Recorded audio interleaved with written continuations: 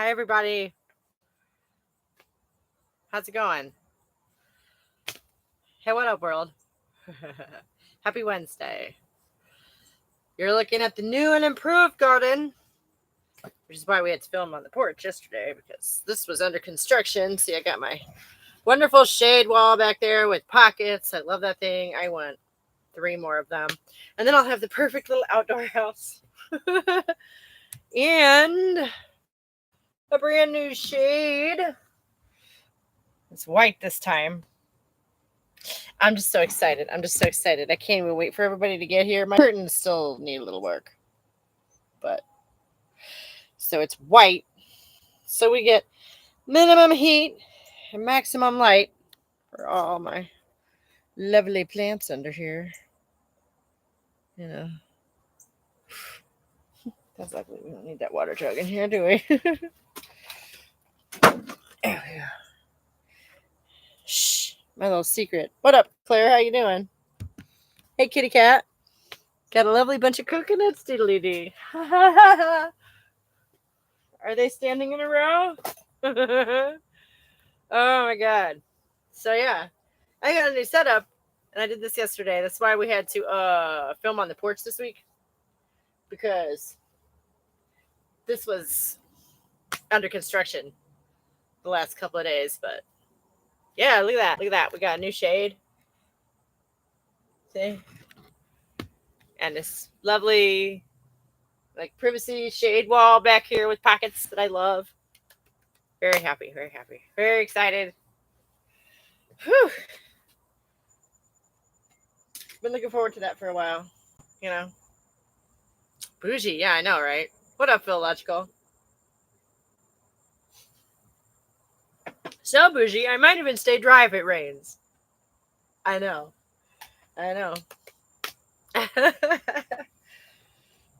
Belle, I'm sorry, I did it again. What up, Belle? I don't know, I've been doing that for so long. Huh.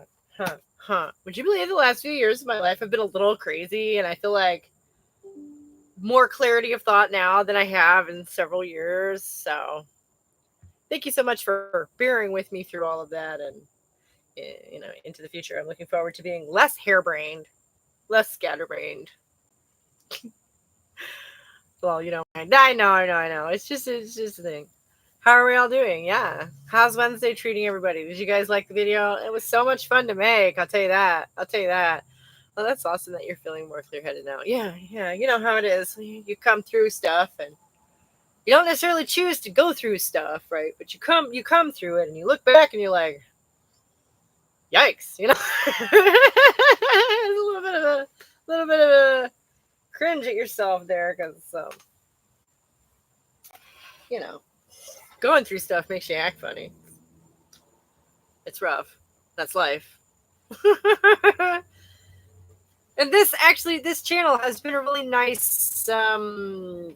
Bellwether's not the right word. A nice, almost like a lightning rod for like my energies, my random energies, And it's helped me collect myself. It really has, having this framework in which to sort of process things. Yeah, that. What doesn't kill you makes you stronger and stuff. Yeah, I mean, I guess it wasn't like that bad or anything. It's just, how life is. It hits you with stuff out of the blue. It feels like I've just gotten to have a full thinking brain now. I am past 25. As scary as it is to look back, but it's nice to know growing has happened. Yeah. I definitely remember that too. In your mid-20s, you kind of wake up one day and you look back and you go, oh my God, teenagers. Yeah. Congratulations. I think this is some sort of midlife equivalent. Honestly, it feels very analogous to that. Last 5-10 years of my life have been a different sort of developmental state, transition. I don't know.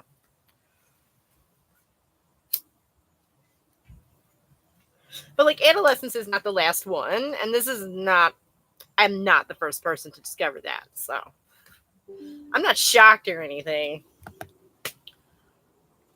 But it's been a minute. It's been quite a time. No.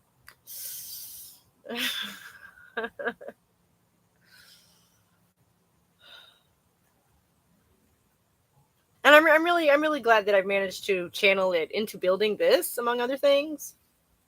You know, that feels really positive.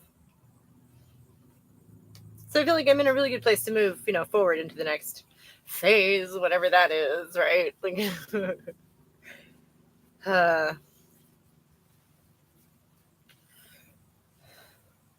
and Belle just finished her PhD, so I guess everybody's moving into new phases here today. What about you, Kitty Cat? I feel like you're curmudgeonly and cat-oriented as ever, right? So no shame, no shame. Knowing yourself is a good place to be too, Stability is nothing to shake a stick at, I'll tell you that. Ooh. Here's to that.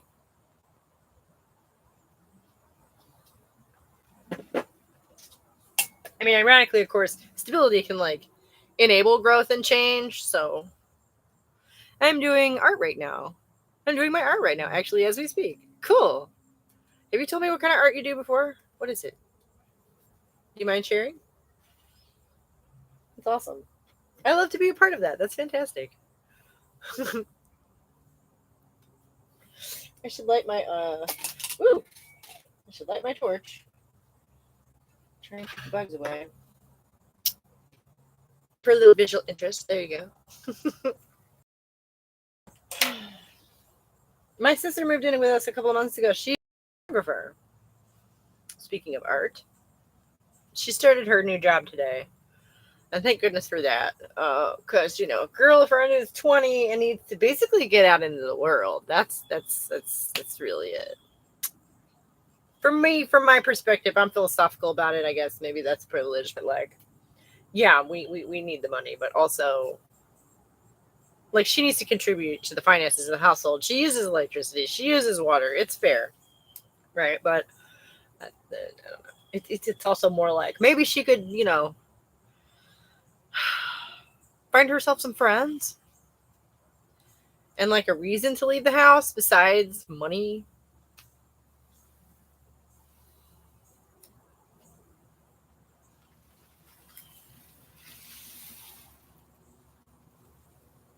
That curtain's acting like I should open it up. What do you guys think? I should probably open up that curtain.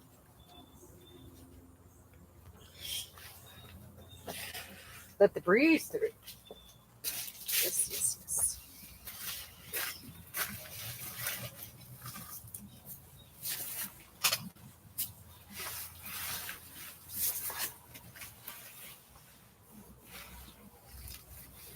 There we go.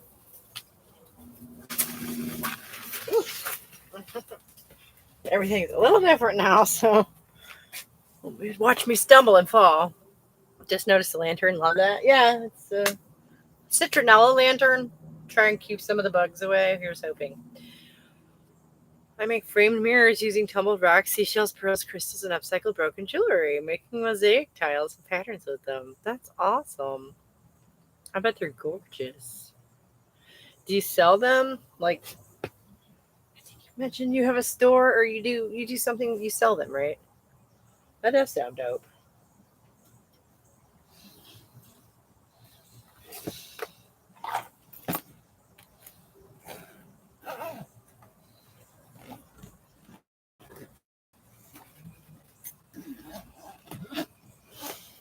Yeah, so I finally have my little spots sorted. I'm so happy. So happy that I cannot tell you the long, stupid journey that it's been. Trying to figure out what exactly I wanted to do and how exactly to do it. And oh, we have the lights over here too. You can see them along the. Oh shoot, that's all crooked. Along the. There we go.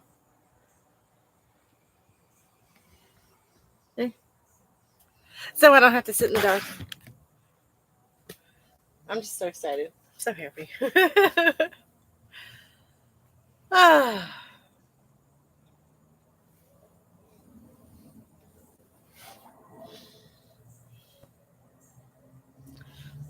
It sounds really pretty. It's a dream to be able to make art for a living. Yeah, right?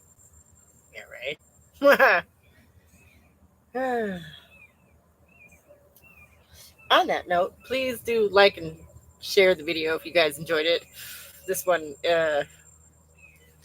was so much fun to make. Sincerely, sincerely. That guy, Andrew Tate, is so eminently mockable, and this time he made it so easy. This felt like low-hanging fruit, but it was just too much fun to resist. I saw somebody else making fun of this clip, and I went, give it to me. Okay. Yeah, I started to do vendor craft markets and only one event after COVID hit, so I had to put them away. But not, I'm bringing them out, and now I'm bringing them out, and hopefully I'll do some Christmas events. Oh, cool. Cool, cool, cool. It's nice to see everybody starting to finally maybe move on from that a little bit. Right? Oy.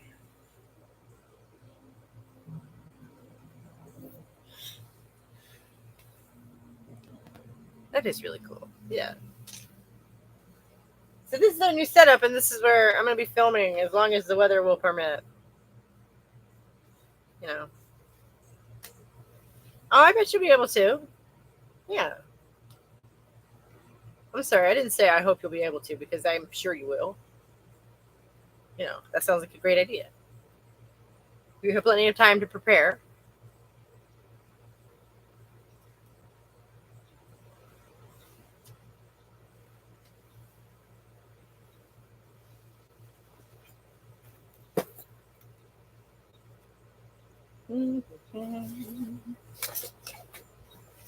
Oh, I jumbled my bag all up looking for something.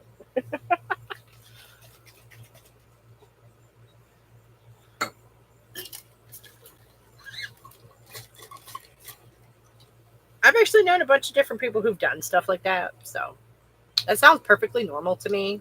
Is also part of what it is, maybe.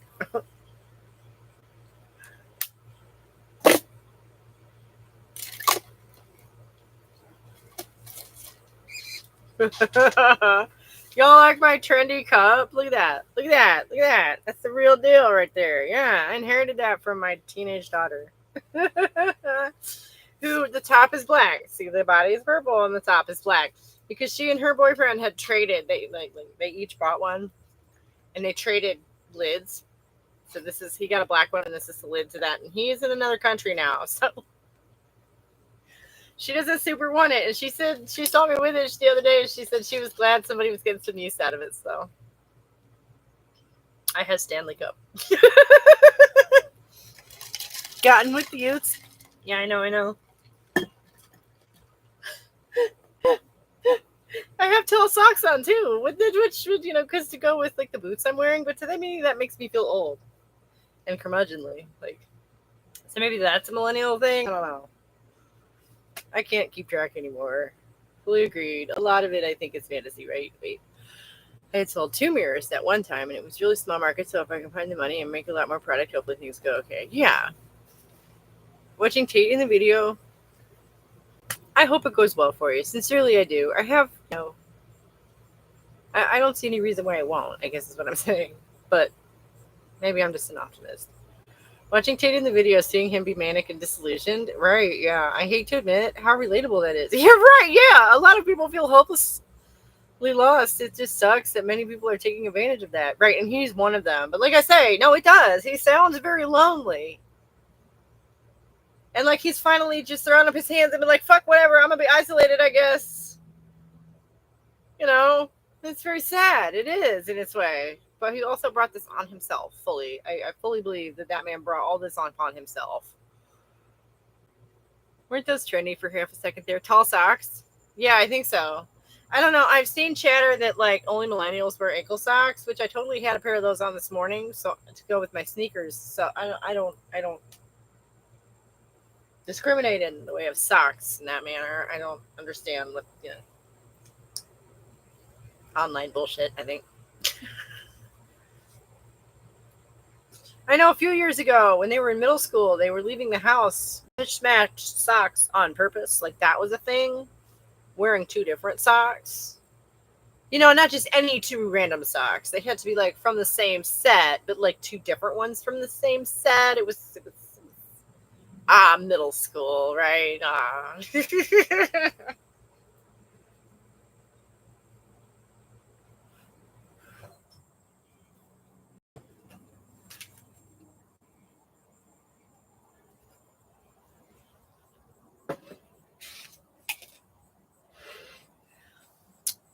sort of related. Maybe this is because of my own weird personality to gender, but I do not understand why so many straight men seem completely incapable of opening up to other men. True fashionistas wear toe socks. I saw a comedy bit where there was a Gen Zer who threatened somebody who was like, you take that back or I'll make toe socks fashionable again. Yeah. Recipe for a rebound. Like, I have an acquaintance struggling through the breakup of a relationship. And besides, for me, yeah, the only other person he's talking about, is a random woman from online. Seems like the recipe for, yeah.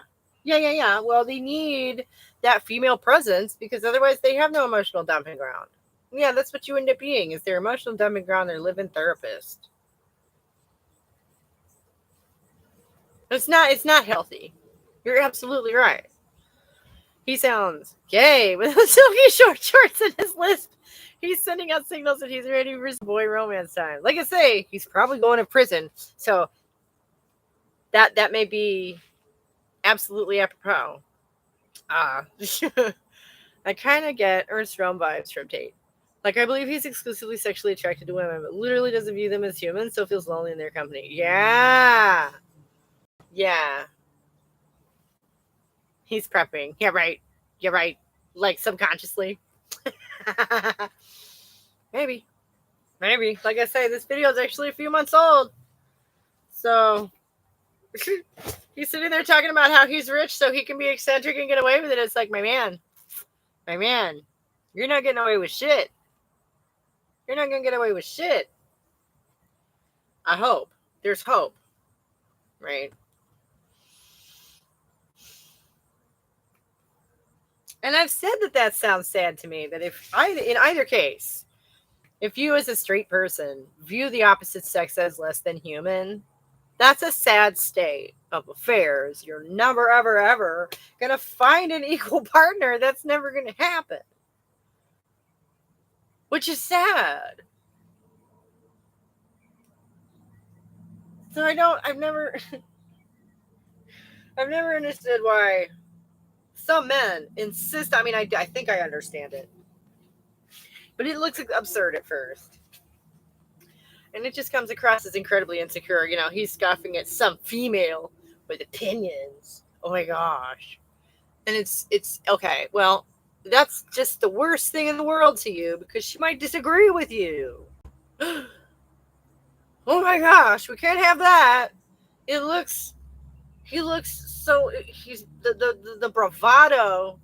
You know, he comes across as like a scared cat, right? Puffing up, right? Oh my God. That's why he's mostly naked. He's showing off his muscles. He's puffed, you know. He ain't scared of nothing. He doesn't care.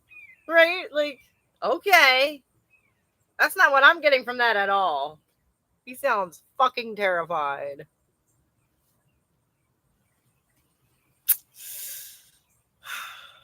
But he brought this shit upon himself. He brought all this stuff on himself. Just like guys like that do. And this is an ongoing thesis that I'm developing, that red pill philosophy is fucking dangerous to the individual. Oops, I dropped this out, boys. Right, yeah.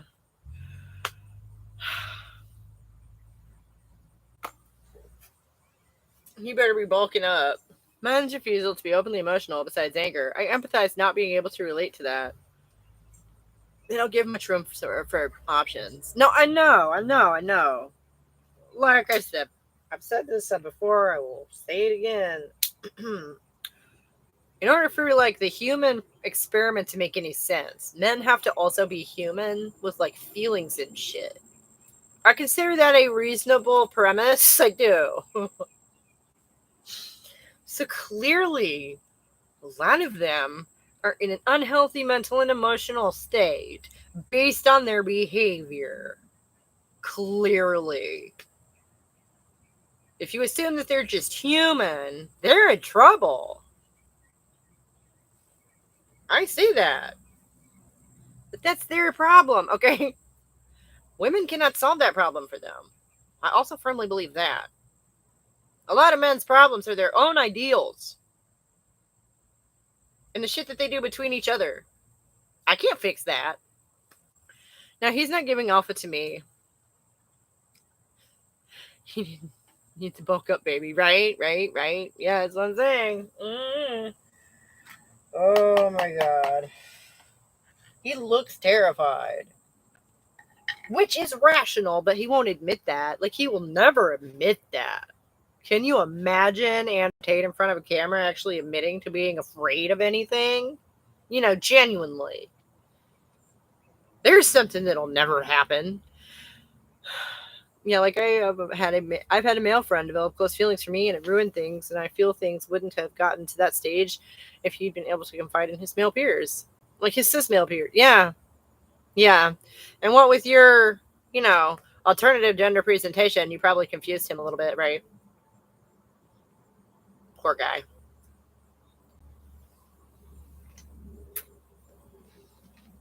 Oh, that's rough for both of you. I think that's what happened. Yeah.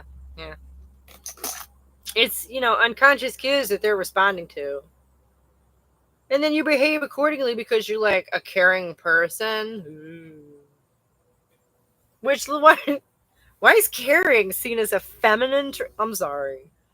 That's toxic.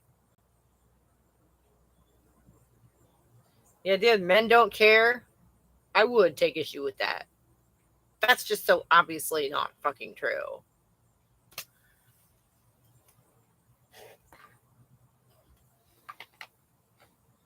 They care about a lot of shit. They love a lot of weird shit too. Like, I've seen things written by men who love their boat. Which, like, okay, man, you do you. I don't get it, but okay. So I think they get some of the same. Let's see. Like, I don't have the same fear of men that women do. Right. So I let them open up to me. And I'm also told I have a very feminine demeanor or way of interacting with people. That whole letting them open up to you thing. Yeah. Again, that's just expected of us. Fear or no fear. You just got to put that fear out of your mind. I mean, a lot of times, not just then either. So I think they get some of the same kind of emotional labor from me that they do from the women in their lives, but they don't get it from men. Yeah, right. Because they don't know how to do that themselves. They don't know how to do that for one another. It takes practice, though. Like, you will say that, right? That shit does take practice. And then there's like one or two paths it can go. If they're the kind of straight dude who's also into trans women, they get attracted to me after I let them open up because I want to encourage it. Yeah, right. Yeah. And then things get weird. Right. Yeah. No, that happens as a straight girl, too. Yeah. You're just trying to be a friend, and they open up to you and they spill their guts to you, and then they think they're in love with you, and it's like, oh boy, here we go again. I'm sorry, did I let you talk for too long? We're the ones who aren't attracted to trans women at all, usually just me as an emotional dumping ground. Yeah. And to them, it feels like, free bacon because they don't have to bang you and buy you shit. Right?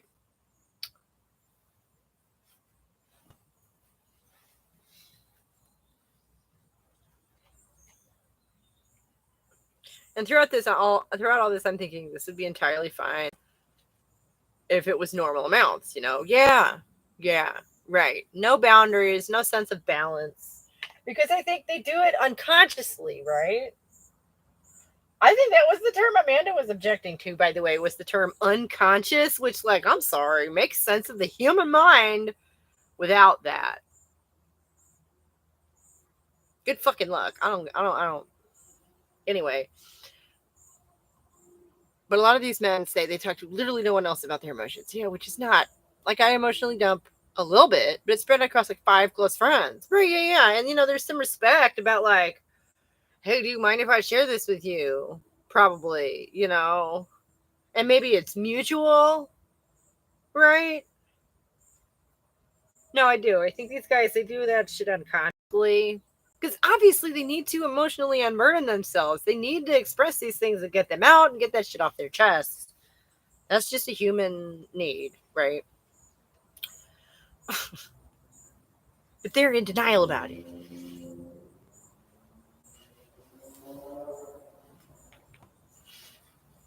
Which is what makes it gross and sad. Because they can't do it in a healthy way because they won't examine what they don't want to admit what they're doing at all.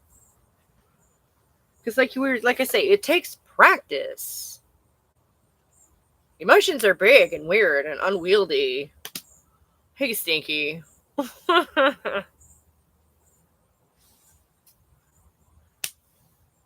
But for the most part, they haven't learned how to express emotions in healthy ways. You're right. It takes practice and maturity and learning. Yeah. Yeah. And the first knowledge is knowing is half the battle, right? Like, you have to admit you have feelings in order to express and work through them. You know. Pretty good, Stinky. How are you? And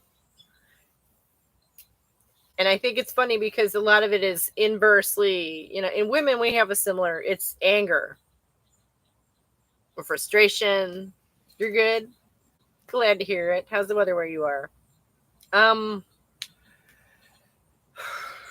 Yeah, women are not allowed to express anger, frustration,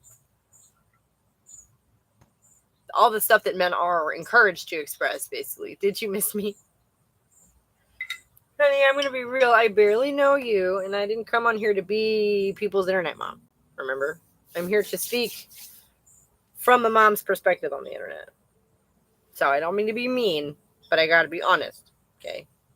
I don't have enough time to miss anybody because I am constantly spinning anyway, so I wouldn't even take it personally. Many men, if given the chance, will open up and share the most wild things if they feel safe. Regardless, I hope things are safe for you, because men aren't known to deal with their emotions in safe ways. Mama have learning problems and talking problems and ADHD problems. I know. I'm sorry. Life is rough. I'm sorry. I sympathize with too much of that, actually. You can't let it stop you,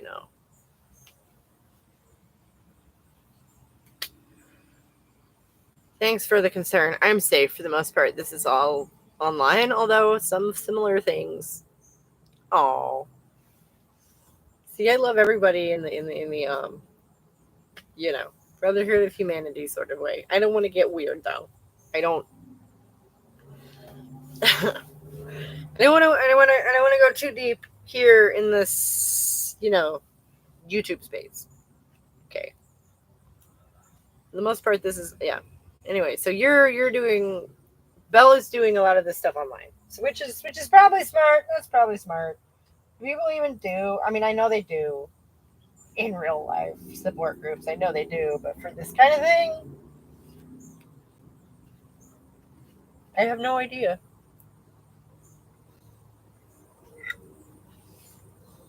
Anyways, Stinky, out of curiosity, have you been away because something happened? Have you been okay? Like, you know what you said earlier about, like, tricking them with my gender presentation? Sometimes I wonder about that. Like, if I'm just reinforcing the idea in their minds that women or people resembling women are the ones to emotionally dump on. I hate to say it, and it's not your fault, but I think maybe that might be what's going on. Yeah. You're getting caught in that same trap, right?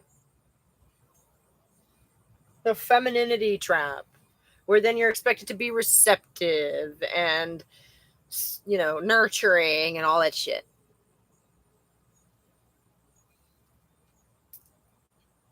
Which, frankly, that goes to the root of why I don't understand anyone wanting to be a woman in that way.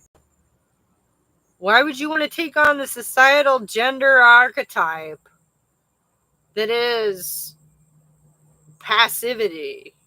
I don't get it. So many of us struggle against that. But that's just my 2 cents, And this is a big part of it, as being the emotional linchpin of your entire fucking family. Yeah. The weird fucking thing is this happens online, even if I don't have any feminine signifiers anywhere. Like, if my username is just Belle with a blank profile picture. Well, first of all, I feel like that's feminine. Am I wrong? That's kind of a feminine name. People say I interact like a woman, and then it begins. And I don't know how to turn it off without just being a bit cold to people. That's terrible that you should have to overcorrect like that. But Again, I'm just going to talk to you like I would anybody with a similar problem, most of whom I've had this conversation with are female, but it applies. You have to learn to draw firm boundaries with people. I tried to do it a minute ago, firm but gentle, and then you sometimes have to do it again and again and again. You have to enforce that boundary. You can't just tell other people about them and expect them to enforce them for you. Does that make sense? No one wants to be submissive unless it's a kink. People, particularly women, are trained to be feminine. Right. Which is, in a lot of ways, like passive, right? We're leaning towards the passive, the receptive, right? When I was living a risky life, I kept a diary, and men would tell me very personal stuff. It was hard to deal with because they do need someone to talk to, but I really wasn't the right person. Right. You were just the person that talking to you is going to have the least amount of consequences for them. What are you going to do? Give them advice, right? Like a therapist would? What are you going to do? Act on that information in any fucking, you're just pretty severe disadvantage there. Which makes that basically just nothing but emotional dumping. That's terrible. I think also the thing for me, it's my usual way of interacting with people has worked fine with female friends, Like we just became besties and they're some of my most important people. But with men, it gets a bit much sometimes. Yeah.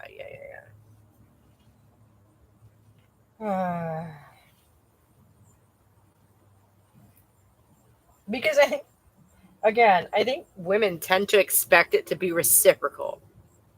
Okay. That if somebody opens up like that, to us, that signals that that's an open conduit of communicate. Like we can talk on that level now. Okay. And it's not a one-way dump like that. Yeah, that too. Like sometimes it's really, really stuff they should be saying to a therapist and you're just not qualified to help. Right. Yeah, exactly. And then you have somebody like me who's been an armchair psychologist for 30 years. And I genuinely try. With some success. I mean, it's not like we can afford therapy most of the time. Anyway, men need empathy, not sharing their emotions. Yes, right. The reciprocal bit. Men share a lot, but do so selfishly. Yeah. They're expecting women to be the emotional dumpster. Right. That's what I'm saying. They can dish it out. They can't take it. Right. Which becomes very draining after a while. I don't care how much you love somebody.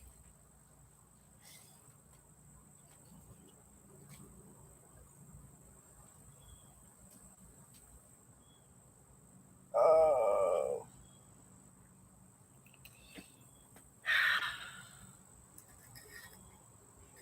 So true. I think I can count on one hand the number of men I've known who are capable of empathizing and doing a healthy exchange. Yeah. They're like unicorns. Oh my god. Also, I mean, you're sort of one of them, aren't you?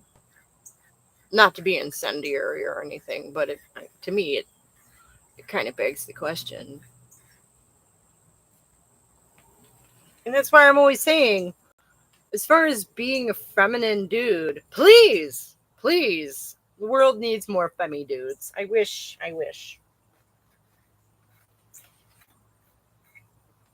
If you're talking about having empathy and fashion sense, yeah, the world needs more femi dudes. Good grief.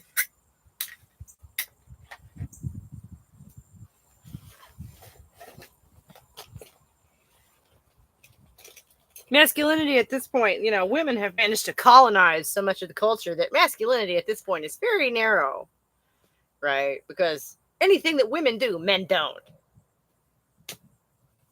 I think that's what most leads me into these situations. I don't need to fear violence from men to the same extent, so I don't keep as much of a distance. Yeah. No, I am. You're right. Okay. It's embarrassing, but I feel like I still carry emotional weight from the stuff they told me. Yeah, like it's hard not to feel sad that so many others suffer so much. Right, of course. Of course. Because you have a soul. Yeah, right. You think that's what leads you most? Yeah. You don't keep as much of a distance. So they take advantage of that. That's terrible. Because they only think of themselves in regards to emotions. It's just about them and their needs and not even conscious of the women even having legitimate emotions to acknowledge. Right, because, okay. And I feel like the failure of empathy is rooted in the internal denial, right? Because if you can't accept these emotions in yourself, you sure as shit don't want to encounter them in other people because they might trigger that in you. Oh my God. You know what I mean? And I think sometimes men latch onto me a little literally just because I'm close, somewhat emotionally, I don't know, receptive, and they don't scare me away. Yeah. I've had that. I'm not a dude, but like, generally speaking, I'm not afraid of them. And yeah, their freakishness, I worked very hard to be like, nope, I can take it. Just, you know, bring it at me, throw it at me, whatever it is, I can take it. You know. Right, the number of people who go around all day quietly wanting to end things is heartbreaking to think about. Yeah. Again, unfortunately, that's pretty much on them, though. Men, need to solve these issues. Y'all, y'all need to. I mean, and I don't know what exactly you should do about aside from for your own personal sanity. Yeah, practice drawing and maintaining clear, firm boundaries with people. And if you don't enjoy this shit, don't allow it. Okay.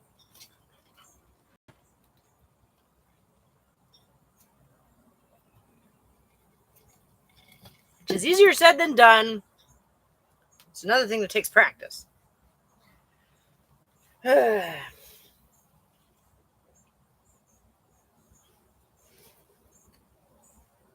But first you have to feel entitled to your boundaries, which I don't know about you, but as a woman, that on its own.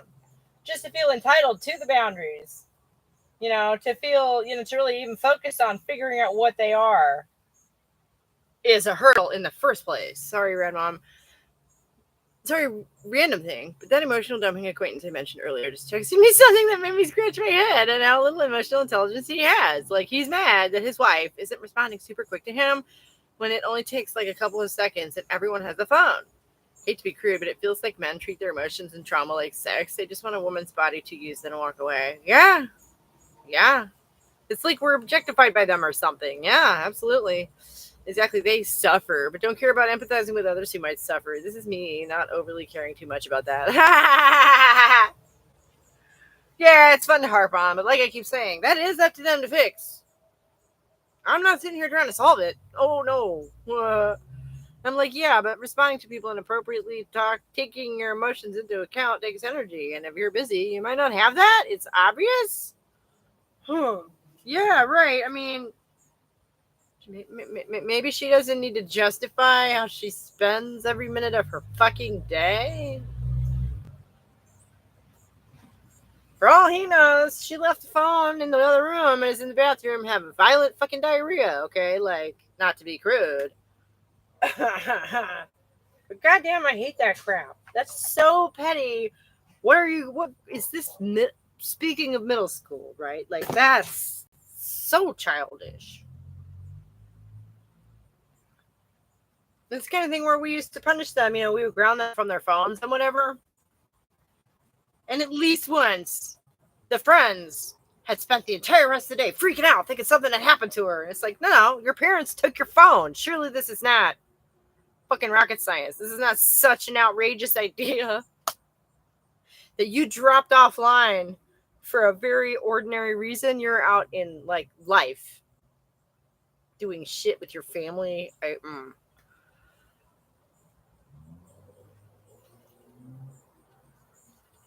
Come back when you can adult only. Yeah, right.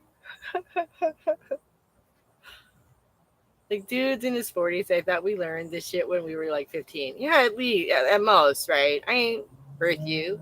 Ain't your mom's gonna mother you up, grow up. Yeah, yeah, yeah, yeah, yeah. Well, so that denial is why a lot of men have a lot of emotional immaturity, I think. And it's machismo, you know. And I guess if I were going to have to come up with a simple, definition for toxic masculinity, it would probably be something to do with rejecting femininity. Okay? Like, you don't have to define yourself as a man against women. The fuck is that?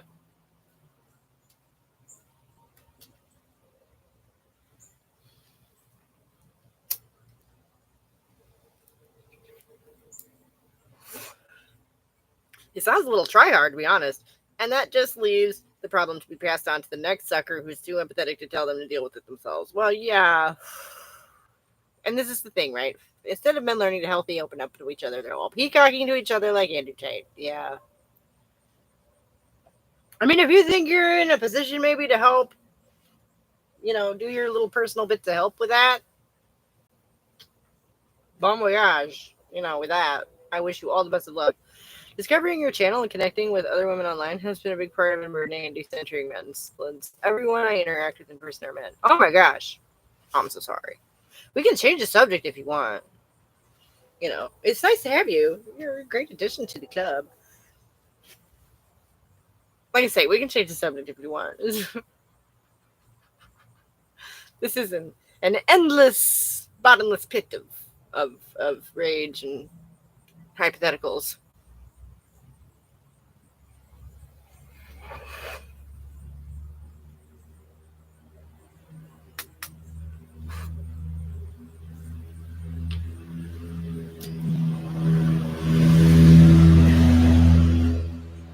Because and that's what really brought me out of my own gender crisis all those years ago.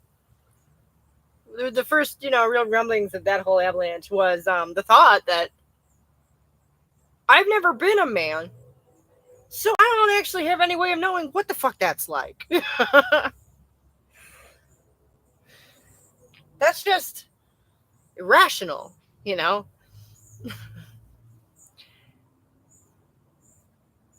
There's not much good about femininity, maybe just empathy. All the rest can get flushed down the toilet. Right. And I wrote a blog post about this. I should do a video about it. It's been a while since I talked about it. Like, feminine psychology exists, though. And that's a lot of what it is empathy and sadness. Which I think speaks to our, legacy, right? Like, our historical legacy and civilization and the role that we've been given. Oh, no, it's fine. Just sharing. Appreciate for the space you created. Thank you. Thank you. I'm so glad. I do what I can. I'm doing my little bit. I'm trying, Thank you. That's great. And I would love to have, a broader conversation about why maybe feminine psychology looks the way it does. And what maybe we can do with that and to use it to live more healthy lives, essentially, mentally. Unpack it. Even if it exists in you, you were trained to have and embody it so you can train yourself out of it. Yeah, but I don't think training ourselves out of empathy is the answer, is what I'm saying. Sadness, maybe, But again, I think that is maybe the negative aspect of our cultural and historical legacy of being the subjugated ones. Not empathy, but the rest, yes. Right. So I also happen to think a lot of it stems from that. A lot of the rest of it's the genuine bit. But so what is genuine? What is the genuine aspect? And what is something that is culturally induced? And what's the difference between culturally induced? And as I say, like the legacy of a history, where is that line? I don't. This is a line of thought that fascinates me very much. Empathy is needed for everyone. Yeah. But and men could use more of it. And frankly, I really grow frustrated sometimes with the idea of labeling things masculine or feminine. They really just don't have dick all to do with that at all. Whether or not you are an empathic person is not directly linked. You might be a little more likely to be an empathic person if you're female. That's literally it, though. That's it. Men are just as capable of these things. Because that wouldn't be trad. Yeah. I think many women downplay how sadness is a universal female experience. Oh, yeah. Oh, yeah. Well, we don't want to admit that. That's a weakness. Are you kidding? Well, I just realized something. When the Jordan Peterson types talk about male depression and loneliness, they also usually aren't advocating that men be more emotional with each other, right? Fuck no, they're not. There are men out there who do get to that. They do exist. I have encountered them. But yeah, they're few and far between. And they're not the most popular. Because, if you're miserable, a scapegoat is so much easier than an actual solution.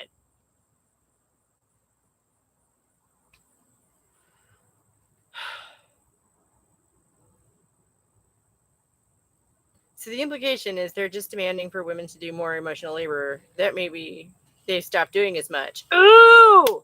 Ding, ding, ding, ding, ding. And that's why those guys are all they're like anti-feminists. They hate feminism. Yep. You got it. Masculine is the behavior of dominance. And feminine is formulated around subordinate, i.e. victim. Right.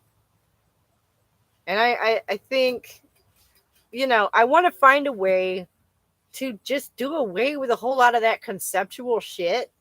Like, I hate to say this, but like, leadership is not fucking masculine. Who is your first leader? Your mother, dumbass. So a lot of this stuff is just gobbledygook to me anyway. It needs reassessed, right? That shit needs reevaluated so bad. A lot of these associations we have are such.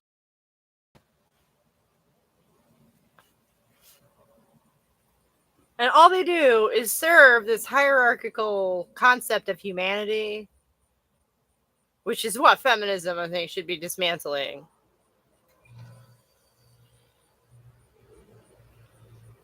And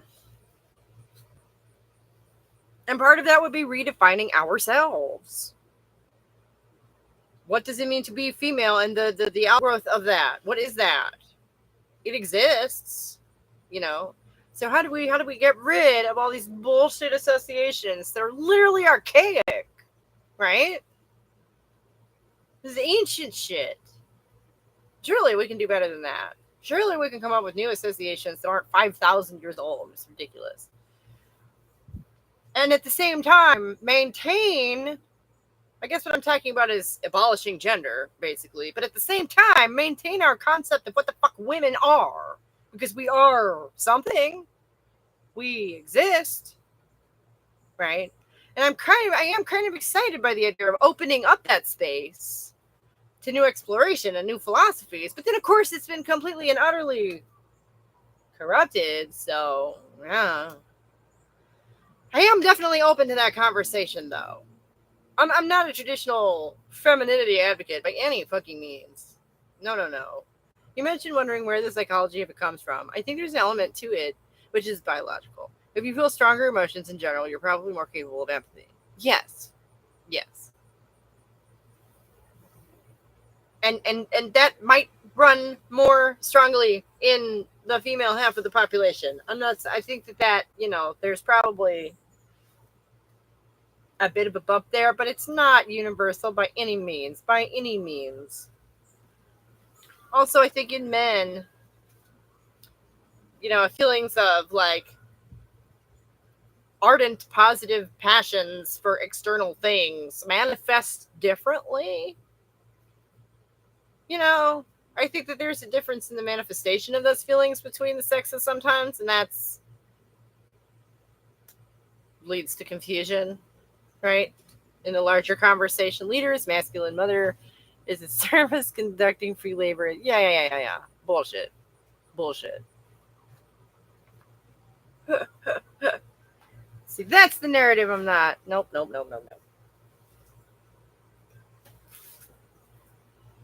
It's one of those things where, there are certain facts, and you're free to reinterpret those facts. Could you elaborate on what you think those differences are? Because I might agree, but don't know if I've heard it articulated. Okay. I'm sorry. I just rambled a bunch of shit. Remind me which specific differences you want me to elaborate on.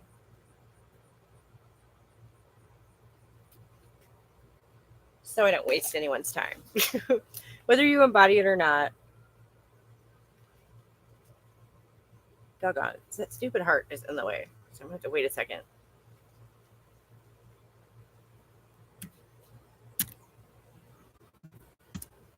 There. Whether you embody it or not would become forming to that or not. You're right. But it itself is just an ideal. It's not just the facts, ma'am, like they like to present it. Differences between how men versus women care about externalized goals. Okay.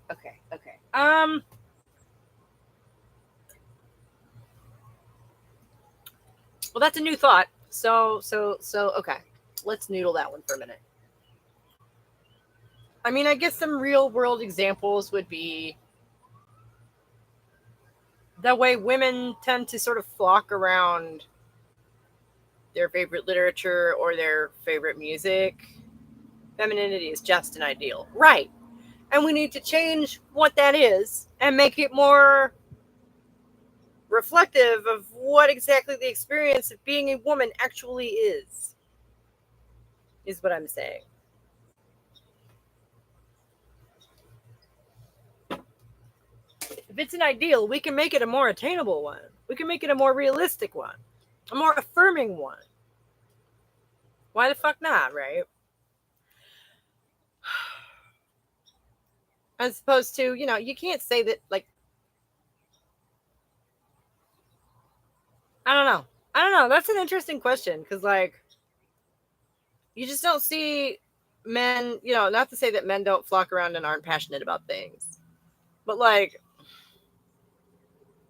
and how much of this is cultural versus, actually temperamental? I have no idea. And I'm going to sit here and speak a bunch of stereotypes because you're right. That was a sort of nebulous thought. Did that bring anything out for you? Like, actually going to run out of cigarettes. This sucks. Abolish it because women can have any behavior. Okay. I don't disagree with that statement, obviously. It's useful, especially in developmentally, to have a starting framework to spring from. Even if you end up rejecting that shit when you become an adult, right? It can be useful to have that framework to begin with. I think it maybe vital even. Future video topic, maybe? Yeah. That'd be video essays. I might put that thought together. That's going to take a while to watch me saying stuff I don't even understand.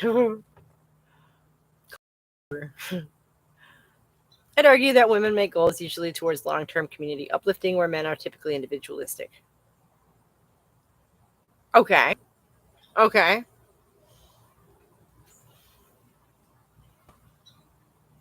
I mean, not to say that women are less selfless. Those would be pretty equally ego-driven, goals, right?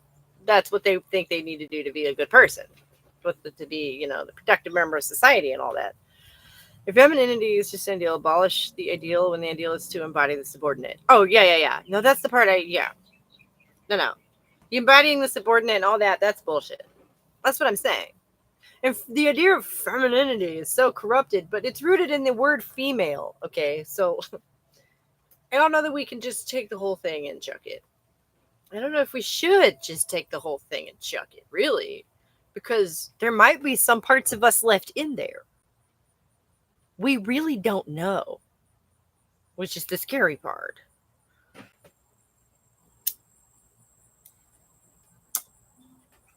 My experience leads me to suspect that there are. tiny little kernels of truth left in there. What are they? We should probably sift them out before we just go chucking everything.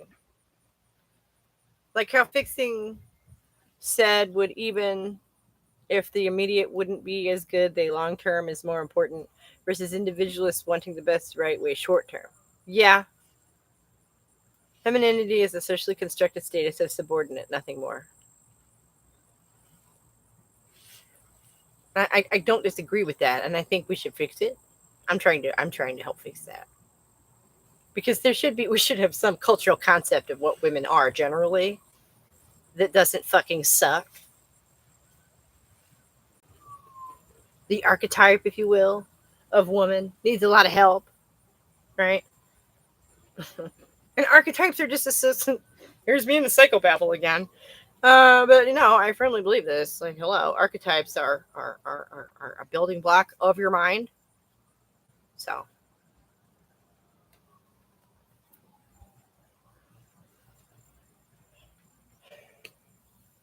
and I think actually one of the biggest problems that a lot of people have that gives them just terrible, terrible misery in life is corrupted archetypes. For example, if you as a man have your archetype woman corrupted somehow, obviously that's going to inhibit your interaction with women, right? You're going to be suspicious of them. You're going to see them a certain way unconsciously, right? I don't want to fix the socially constructed hierarchical status. I just want to be rid of it. Okay. I want to change what that word means entirely. So I don't think we disagree. I don't feel like we disagree. And even if we do, we have to agree to disagree, so that would be fine. But I don't feel like we disagree on this. If you can see it, it's hard to be it. We need some sort of healthy basis to. You mean if you can't see it, it's hard to be it? Yeah. We need some sort of healthy basis to spring off of. Right. That's what I'm saying. The foundational concept of what the fuck is a female person is very corrupted. And it needs a lot of help. That surely is part of feminist philosophy's job, I would say. Like, surely. That's a gimme. That's obvious. What do you mean by having the archetype of woman corrupted? Like the image people have in their head of what woman means? Yeah. Yeah. Okay, like Jungian archetypes, okay? Man and woman are both very basic unconscious archetypes that we build or acquire or whatever as infants. Okay? Usually on our parents, would you believe? So the stereotypical example would be somebody whose mother is mean. So his concept of woman, his basic archetype of what the fuck a woman is going to be negative. Because that relationship is negative. And it's the first one he's got. So this can happen for women too, which is another interesting flavor of female self-loathing, which is not internalized misogyny usually. Fun stuff. There's sort of a whole nother can of worms. You want to change its meaning? Steerage. Definition for their woman and selfish, blah, blah, blah. Like, I just, again, come up with another word then for the general, I mean, I guess that everybody doesn't agree that with the idea that there is any kind of general, like, psychological profile of woman. Is that you? Are you one of them? Like, how many men think women are just out of their woman and selfish? Blah, blah, blah. Right, yeah. How dare women try and participate in society? How masculine of us. It's interesting. Jordan Peterson said he's toying axiomatically with the idea that the ideal archetype of a woman is mother plus infant. And that could arguably tie in with what Claire was saying, right? Yeah. With their infant here being community uplifting projects. I guess. That sounds to me like Jordan Peterson is projecting and trying to rationalize how he infantilizes women, but maybe that's just me. Well, I didn't mean to go into an imitation there. That was sort of funny. Why change the meaning when you can change the reality of it? No, that's how I propose to change the meaning. Yeah. Is by addressing the reality of it and bringing that out into the open as much as possible. Because it should be based on that. And any of it that isn't should be thrown away, including the subordinate part, because that's not fact. That's absurd.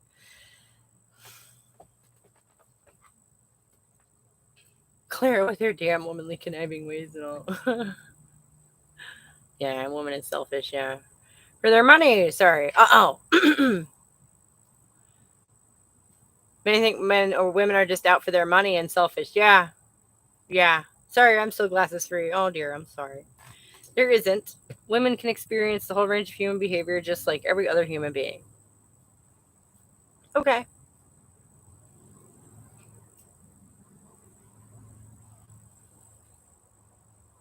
I don't disagree with that, obviously. I think the, you know, physicality of I think the form imbues a certain perspective. I do. But so personally, I have found these things to be more important than I would have initially said. I'm kind of sympathetic to what Kitty's saying too, because like you get people like Andrew Long Chu saying, "Yeah, woman does mean submissive," and that's awesome, right? Yeah, and fuck that guy. Actually, nobody should ever fuck that guy. But how domineering men are, women have to be sneaky. I hate to sound bad, but it's hard to get stuff done without having to hide stuff from them. Right. And this is all a very tangled web that we have woven, okay? And part of untangling it is holding ourselves accountable for our individual and collective part in that. And part of it is there's a giant black wasp. I'm sorry, it's very distracting.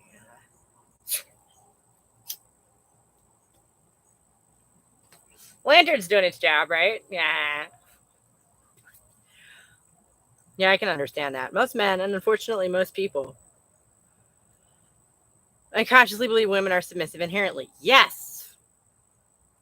Agreed. And challenging that as directly and broadly as possible should be a big part of feminism, right? I think that's extremely important.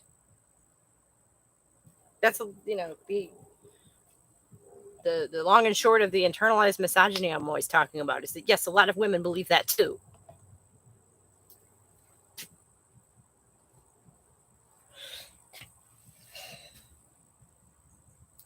And I think feminism should be largely about standing up and saying in every context possible, no, we're human beings.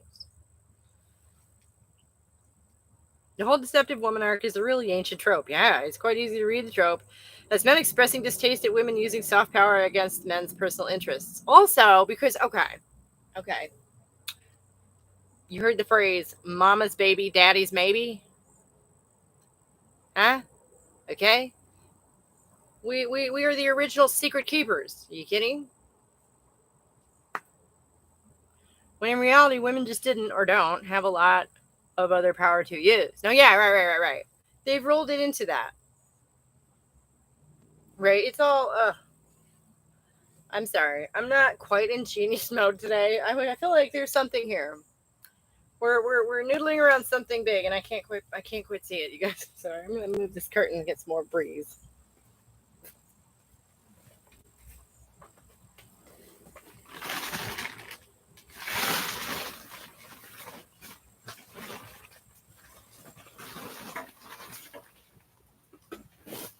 There we go. Ooh. The breeze was chilly a few hours ago. It's nice now. Yeah, that's why you don't conform to the strictures of the femininity status. Right, yeah. But like, there's also the argument that as a female, everything you do is feminine by definition. Right? And I think that's a big part of that. A big part of that. Men perceive soft power, emotional manipulation successfully since men are so immature emotionally, so it seems like magic to them. Yeah, right? So, in at least a couple of ways, they bring that shit upon themselves, too.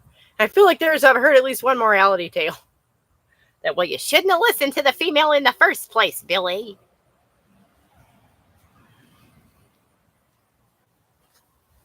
That's what you get for listening to a woman, Billy. Right? I feel like I've seen that morality tale more than once.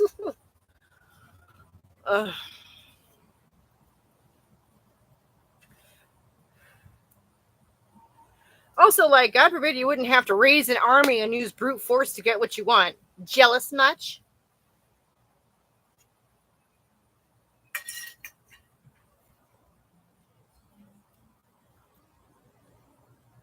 The argument could be made, right? To me, that's the obvious feminist perspective. We should speak up for ourselves and,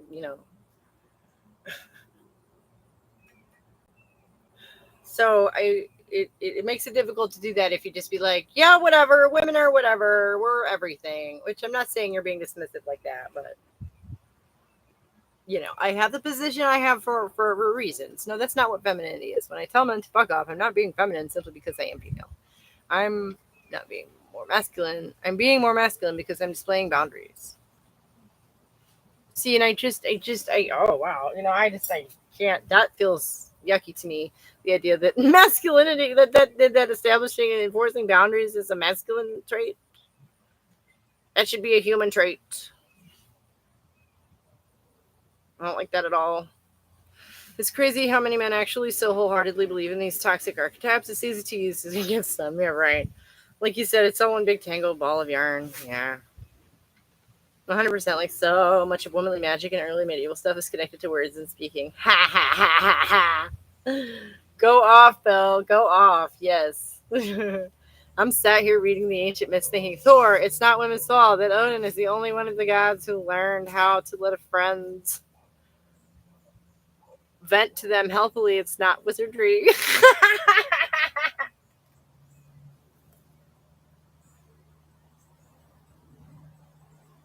Wow, I talked to that person about my problems and now I feel better. It's magic. Oh, I love it so much. That's great. That's great.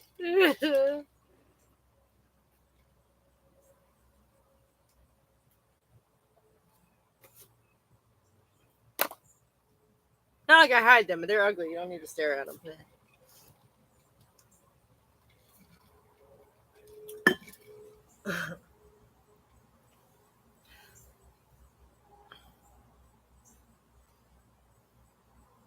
Is Odin the one who hung upside down from a tree to reach enlightenment or something?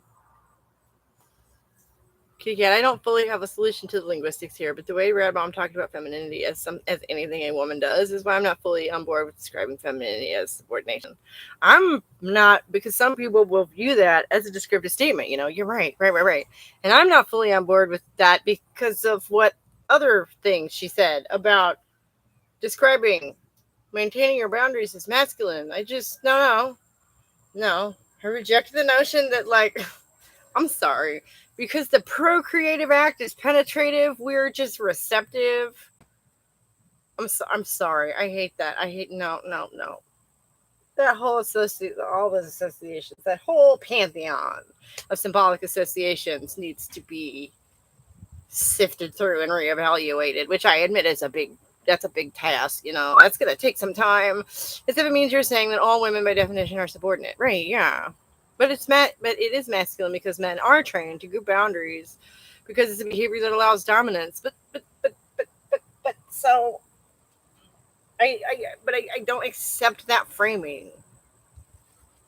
I try not to think of things that way. He cut his eye out for more knowledge, men against having to turn violence to expand themselves, right?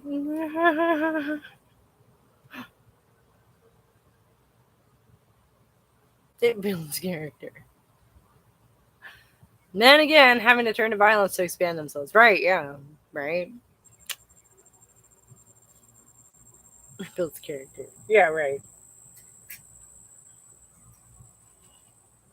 By character, you mean scar tissue. It's an interesting metaphor there.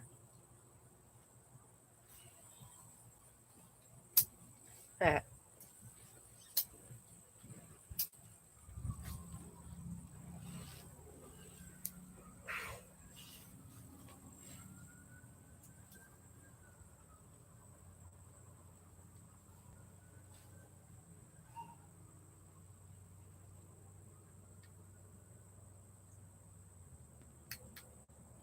You guys are so much fun.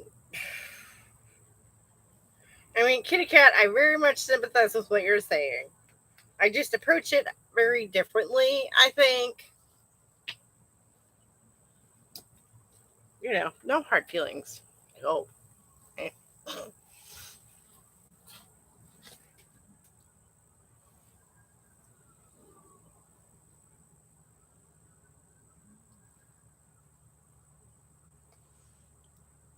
Yeah, it's bullshit that only men are seen as inherently boundaries. That's why you need to abolish gender, which trains human behavior specifically designated to a particular sex. And yeah, I don't disagree with that at all. I have no notes. No notes. Agree on the abolish gender crap. Yeah. Thing. Yeah.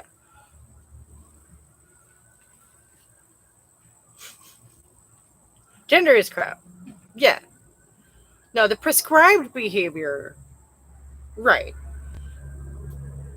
Maybe that's what it is. The concept of femininity needs to become descriptive and not prescriptive. If I wanted to sum it up, gender is external, not internal.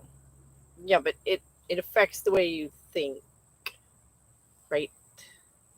And internalizing these ideas is a lot of is involved. A lot of our development is wrapped up in that, unfortunately. Genuine question: do you think if we were to stop teaching gender, that men would open up to each other comparably to how women open up to each other? That's a good question.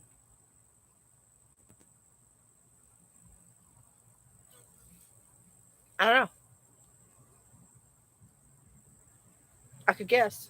It's my show, so maybe I should. I think there's a distinct possibility. No, just abolish it because gender is a socially constructed hierarchy. You can't abolish the material foundation of those ideas, though. Okay. Excuse me. And now we're getting into TRA territory again because that's the what follows from that for a lot of people apparently is that sex is also a social, a social construct.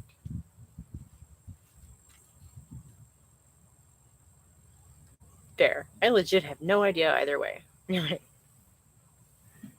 I say, I think it's distinctly possible. Maybe they would. As I say, I think men are human, so if they weren't discouraged from a young age from almost every angle, I think they'd probably just have feelings, right? Gender isn't natural; it's a man-made status. You're right, but sex is natural and inescapable, you know. And so, what does that mean for us as human beings? Is the big question of feminism, right? Woo.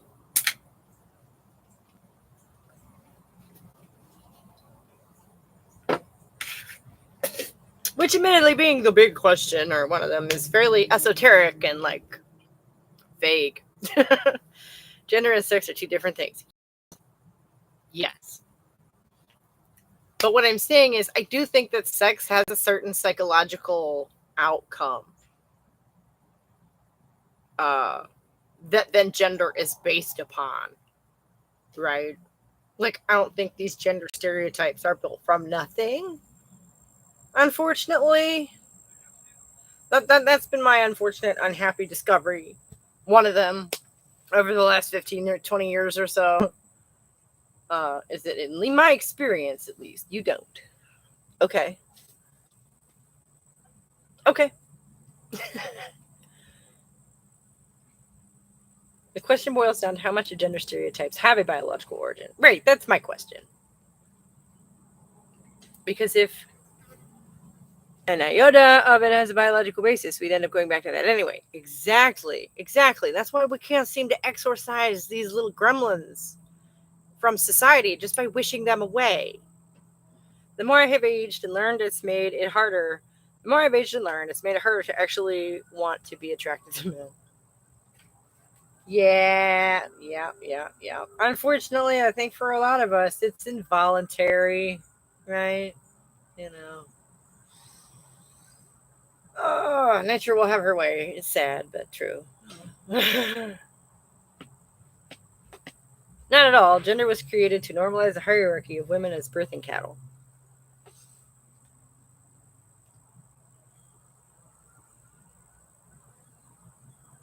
But right, but that's based on the fact that we are the only ones who can birth anybody, which is just going to be true no matter what we do, right? So we should probably come to terms with that ourselves.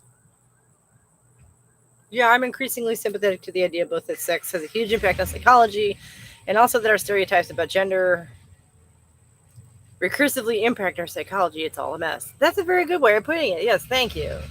Yes. Agreed. Like many lesbian rad want separatism, but they don't understand how complicated that is for male attracted women, right? I feel like they don't want to, they don't feel responsible for grappling with that, which is, fair enough. It's fair enough. I feel like they must be aware of that idea. They just don't really tend to acknowledge it because they don't have to deal with that crap, right? Which is kind of like how I'm saying men need to deal with men's problems. Straight women should probably deal with straight women's problems. Like, we can't just stop being attracted, at least physically. Right, yeah. To be able to have a class society, you need to control the population of the lower classes, i.e. population control. That's why you break them down and have women police themselves by performing submission. You're right. Yeah, agreed.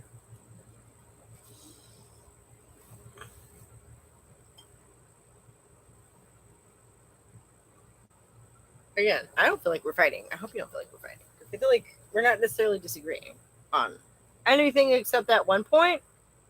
Is, and that's fine. You know.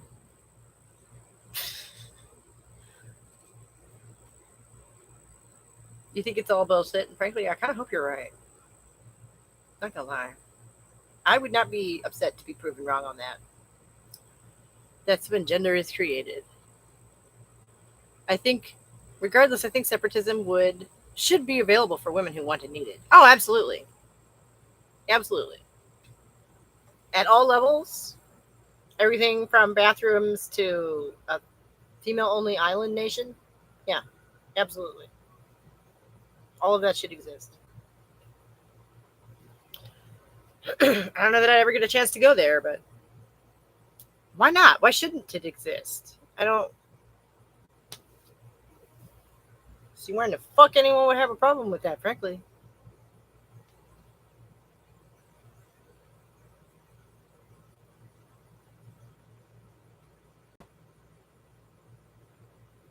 And like women's colleges are a great idea.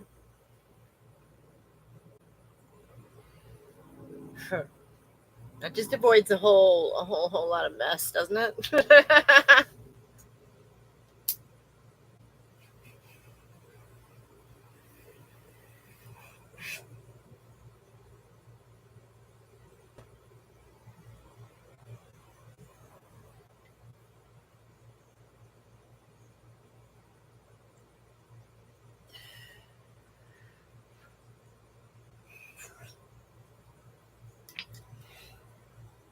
Yeah, though my personal experience leads me to believe that some of our ideas about gender stereotypes have actual behavioral roots.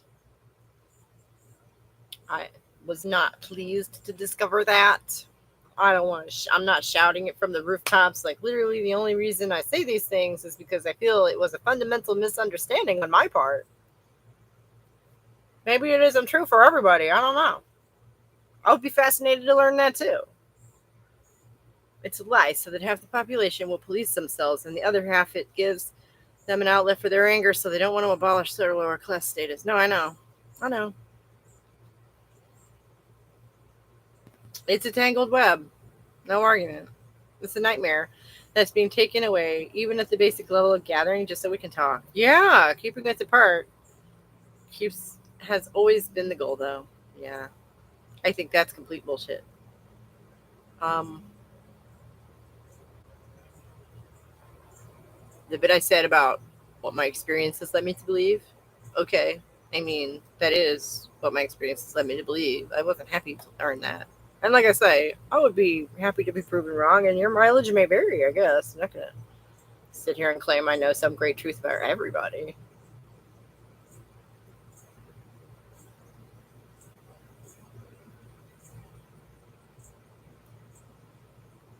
I actually have no problem with that idea that there are women out there who don't feel any of these things.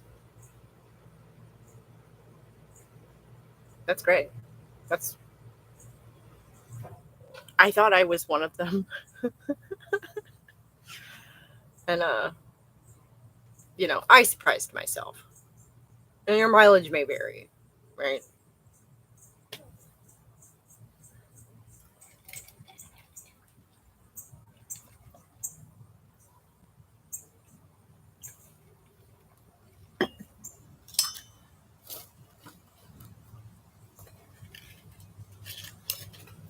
But as far as it being complete bullshit, I hope you know I'm not pulling your leg.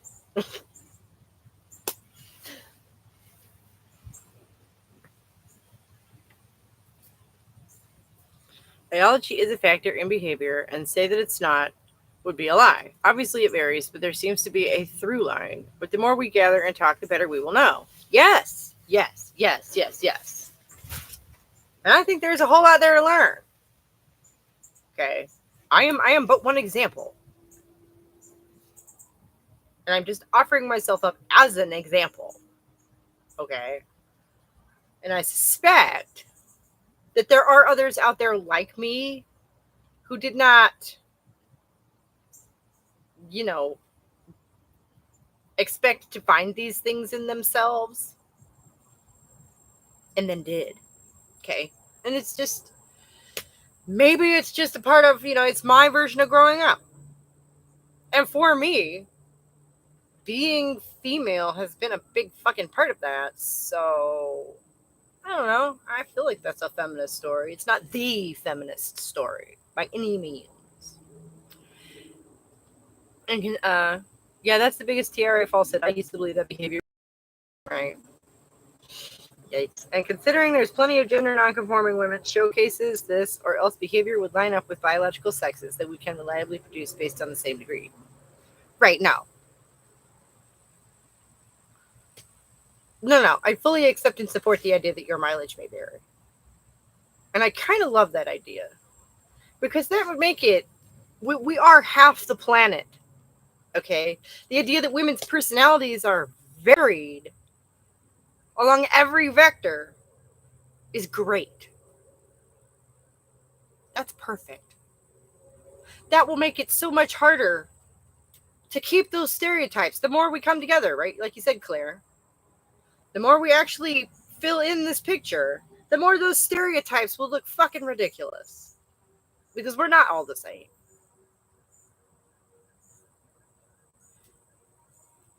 That can be determined that we can determine sex based on behavior alone. No. No, and I wouldn't say that's been statistically disproven, actually, which is one of the reasons that, TRAs look like a bunch of goobers. I always use indecent images of children as an example. Like, women and men theoretically could seek those images equally, but there's vanishingly few women who do. And when they do, it's for a partner. Statistical analysis always shows that gender isn't innate. You're right. Okay. So it doesn't show us what we expect to see, right? That doesn't surprise me. Things like girls are not inherently more yielding or more soft-spoken, etc., right? because that's that prescriptive patriarchal notion. That's basically total bullshit that we've been labeled with. And that's, a big part of our confusion unconsciously, I think, is being, growing up in this environment where we're told that we are this thing, where most of us are just not. Right? Because we're human, and no fucking human being is submissive like that. No normal, healthy human being. Like you say, it's a kink.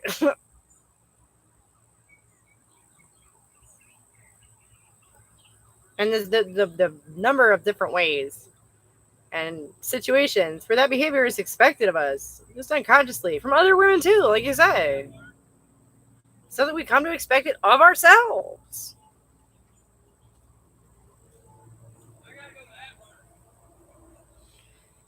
It's a tangled web, for sure. Oh my gosh.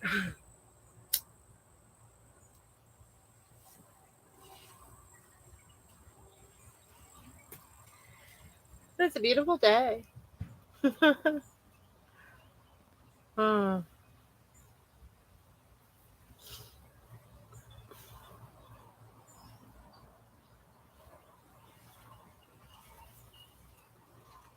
But so, yeah, maybe biology has a stronger influence on certain people than it does on others. I wager it would have had a smaller influence on me if I had not had children. For example, just as an example. That definitely seems to have been, the sharp turn that I took way back. From here, it is very evident that was, and it makes sense, right? I found myself in that kind of stereotypical, family unit situation. And a lot of those behaviors made more sense. Not the submissive stuff, but the nurturing stuff, the patient stuff, the empathetic stuff. And some of the sad stuff because, well, I was busy at the time and it was all sort of a surprise, but that's another story. Uh, Same. It's feeling free. It's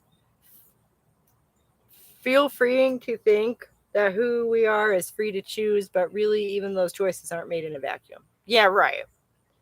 If it's innate, it would line up to the same degree as we can objectively determine sex based on behavior alone, which is 97%. There's way more than 3% of women who are not conforming. Yeah, I don't know that. I mean, I don't think that it's black and white like that. There are, I know psychology is a soft science, but I feel like there are outliers in every measure you can take. Every measure you can take, from intelligence to favorite color, there's some weirdo out there. There's always going to be the outlier. And power to them. Okay, I don't.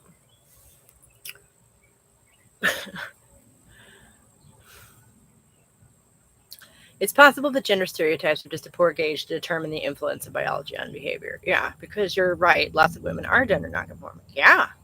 Well, see, when the gender is so ridiculously stereotyped, that's everybody. It becomes almost meaningless to say.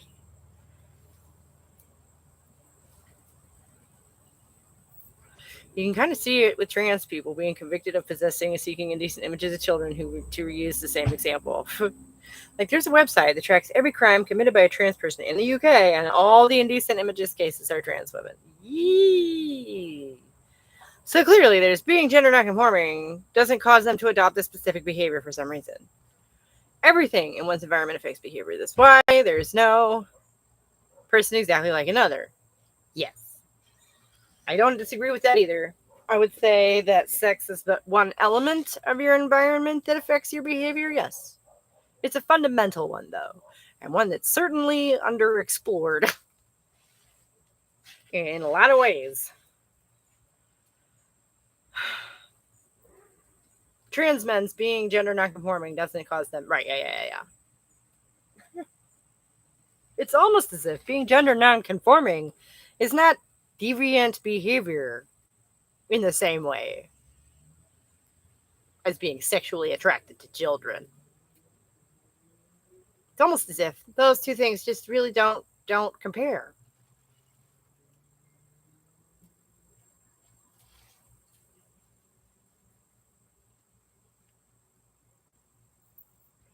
Gender is the stereotype, not has some stereotypes. I think maybe we remember using these words slightly differently.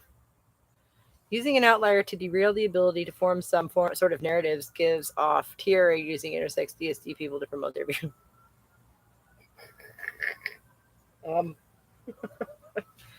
I don't see that as a derail. I don't, honestly. My philosophy personally acknowledges, and in a lot of ways I am one. I am an outlier in a lot of ways. Life has taught me that.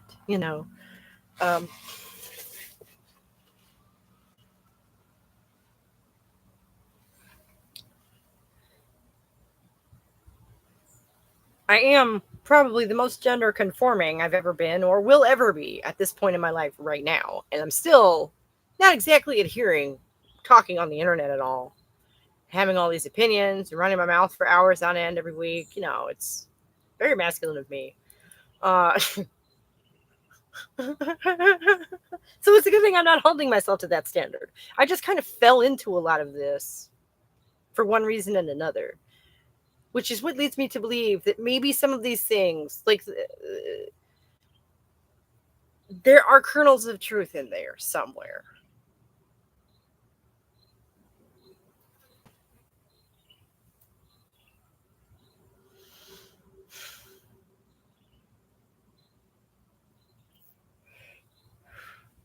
And it's a thing that's so beleaguered. Frankly, it's, this philosophical underdog that's so beleaguered. It's just so.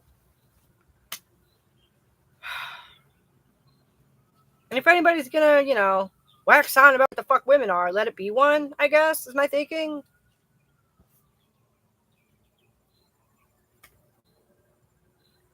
And I welcome the disagreement. I hope you know that. Because you are obviously entitled to do the same, It's really what this channel is for. It's what this is for. Trans men still perform femininity. They just conform to consumerist feminine products of that femininity. You mean trans-identifying males? They absolutely perform femininity because that's all they can do. They love performative femininity, I think, because it enables their fantasy life. Which again, if we could, maybe turn what that means into something that isn't performative and is based in reality, they would be less able to do that.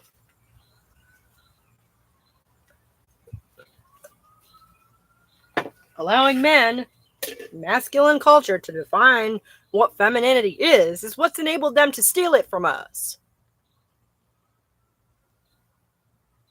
Trans men, i.e. women. Okay. They just don't conform to consumers, feminine. Oh, okay. They still behave in femininely, like, socialized ways. Yeah. Oh my god. And then there was,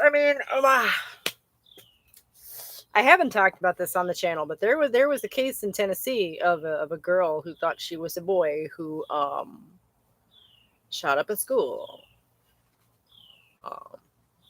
So that was an unusual case. I'm not super sure what to make of that. Kitty Cat, could you elaborate? On my trans men, do you mean female to male?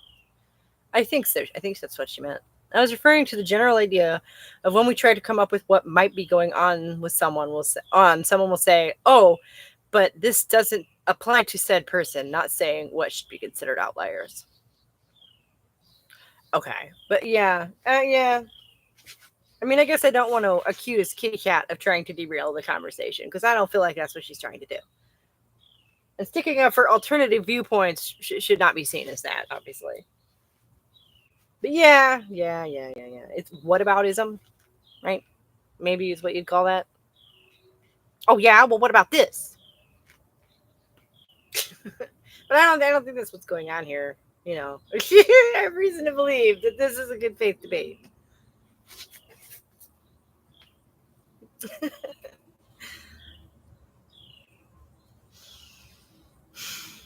But like I say, the population is so vast. The idea that your mileage may vary along every possible vector doesn't threaten me. I love that. I hope for that. That makes perfect sense as to why, the women's movement has been so varied and sort of like herding cats. And I don't see a reason necessarily. I'm hoping for a unifying message, but I don't see a reason necessarily that, like, if I do not achieve the goal of one overarching perfect feminism, that I will have failed. I don't see it that way. I'm trying to be a little beacon, of hope. But I fully accept that there are going to be women who disagree with me. I fully do. I expect that. Trans men, i.e. women, perform femininity. Yes, that's why you always have trans women in the forefront of everything, while trans men, right, because they're still performing masculinity.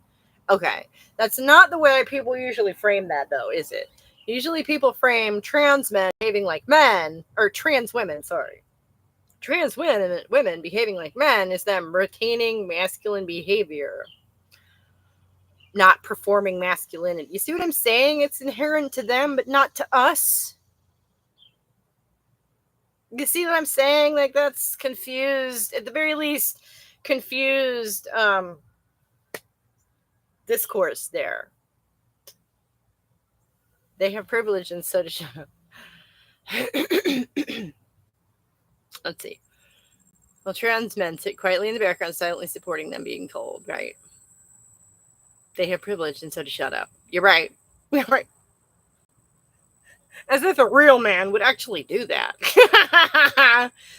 They have, yeah, that's what I was referring to. The what about stuff. No hate on Kitty Cat. She is coming from a genuine view and faith. Right, yeah. Kitty Cat, yup. The trans men in the Dublin Trans Society felt that way massively. That's terrible. And it is, it's just the same hierarchy, but like with the meanings inverted.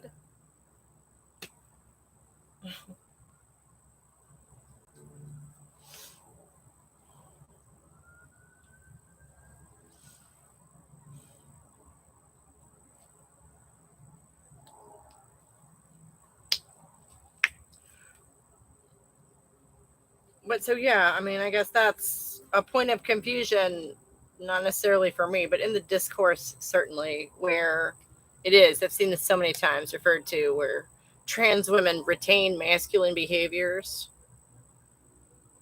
but trans women are performing femininity, or trans men, sorry.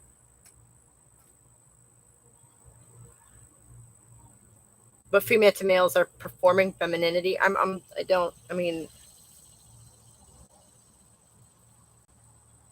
I only just now thought of this too. So, yup, all the time, Bill. Okay.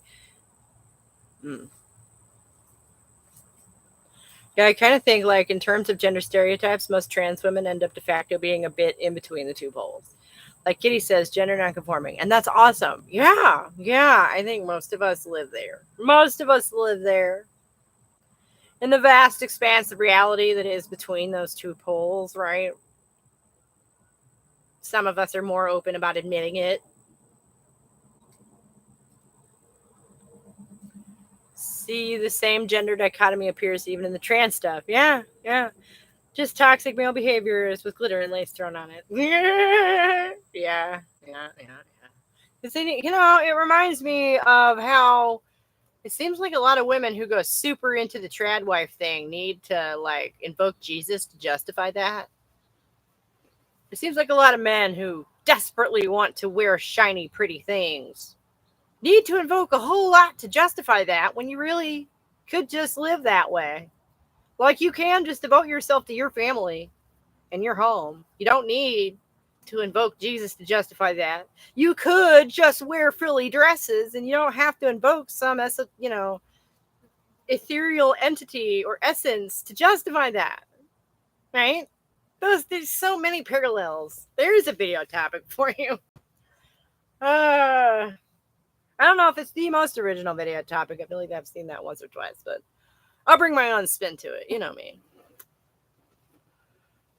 We don't need to deny that we retain some stereotypically masculine behaviors, vice versa for trans men. Yeah, I guess what I'm saying is the interpretation of that would be very different depending on what you believe about those behavioral differences and where they come from, right? For sure, like especially when it's mixed with poly stuff, a lot of trans femme spaces get real toxic real quick. Oh wow. Sometimes it involves a cynical weaponization of victimization and identity politics as means to control others. Ugh. See, and that's just psychopath behavior. That's just psychopath behavior. I am so done trying to justify and rationalize behavior like that. If you're trying to control people, especially more than one person, sweet mercy. That's psycho behavior, and I have no patience for that shit at all. I just, nope. Well, there's a name that goes on the bad list, to be avoided, okay? I just, no. Like, if most trans women were feminine, they wouldn't be using femininity as a sexual role play. That's strictly masculine-like behavior. Right, that's male behavior. Which, again, they invented all that shit, so then it makes it so easy for them to put it on and steal it from us.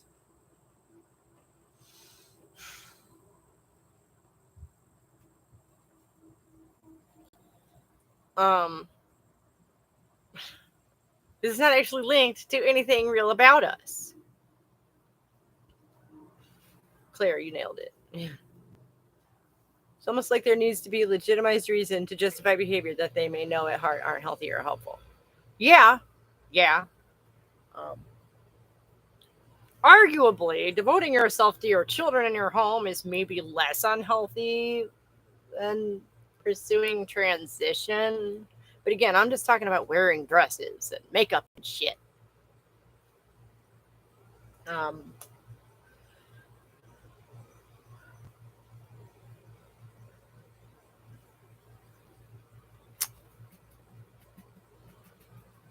don't know. Is it self-indulgent on the same level?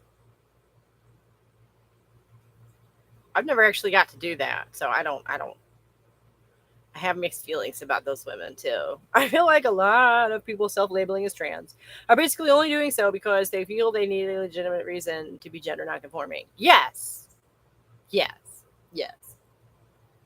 And I think it just speaks to an inherent level of insecurity in the individual. Like I say, I think there's a distinct possibility that pursuing transition, full hog, with the operations, sometimes many operations, it's maybe a bit less healthy than devoting yourself to your children. But that can also be a black hole of self-negation. So, not going to gloss over that. Not going to leave that on on the table and unsaid. Really, it could be looked at as both of those things are or can be seen as you sort of subsuming yourself into something else, right? And motherhood can take the form of a sort of self-abandonment where you don't have to worry about your shit anymore. You have other people to focus on now. That's not good. Oh gosh, I lived in a house with a polycule of trans women like a personal Vietnam. Oh my god. Oh my god. Oh, it shows how harmful gender is when the outcome leads to these behaviors of transgenderism. Yeah. No, and a lot of these stereotypes are extremely toxic. I don't disagree with you. Oh my god, Claire, that sounds like a wild time. You're right. How on earth?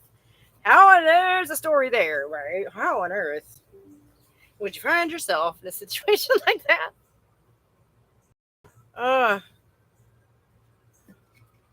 Must have been so young and naive, right? On another note, did you see the Trump-Harris debate? No, but I heard about it. I was actually in the middle of producing that video yesterday. So I did not get to watch the debate, no. Did you? I heard it was fun.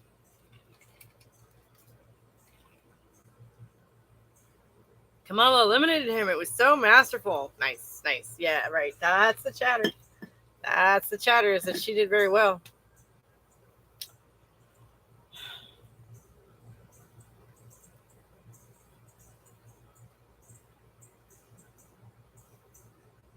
So that's encouraging.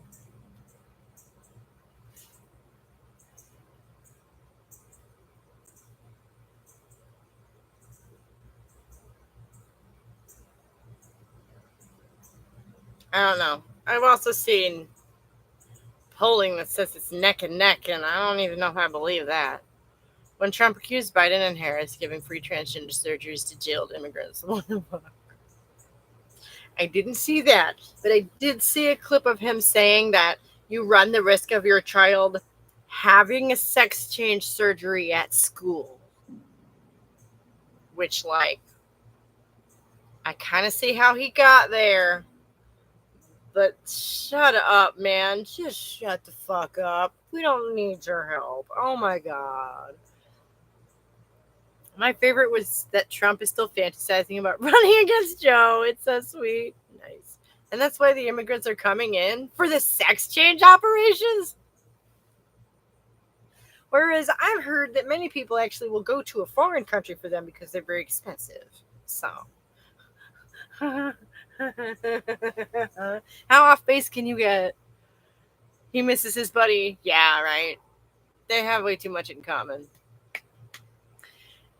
That they're eating pets. I know. I can't believe he said that during the debate. I can't believe he said that. I would be in disbelief if I hadn't seen that clip myself too. I didn't watch the debate, but I did look into that this morning because I knew it would be what everybody was talking about today. And I can't, like, surely, oh my God, it's not the first time he stood up there and just spouted conspiracy theories. So I don't actually expect anything to come of that. Like transgender Mexico border. Wait. No, but legit, sometimes I actually don't know if these people hear the words they're saying, even in their own head, if that makes sense. Sometimes it feels like they're just stringing some clauses together that they've heard. And they don't, like a 5-year-old would. Yeah. Yeah. And they don't even know while they're doing it what the outcome would be. Like transgender Mexico border prison. Yeah. Also, that's a symptom of dementia. Yeah. That's actual word salad. When their brain is short-circuiting and they can't quite put their thoughts together and just kind of spout some random nonsense that doesn't quite make sense. Yeah, that's a symptom of dementia called word salad. Okay. I was like, damn, what a clown show. Yeah, right. Most of the legitimate criticisms of Harris is how hawkish she is. Yeah, and I definitely don't. As I've made clear in the past, I am not a hawk myself. Not at all. So I'm sure, like, okay. But it's like, who would I rather argue with? I've said that before too. Like, who would I rather argue with? I don't necessarily agree with Kamala Harris's policies, but I'm fairly certain she has them. Unlike Mr. Trump. Oh. Literally a false alarm. I need to reset that.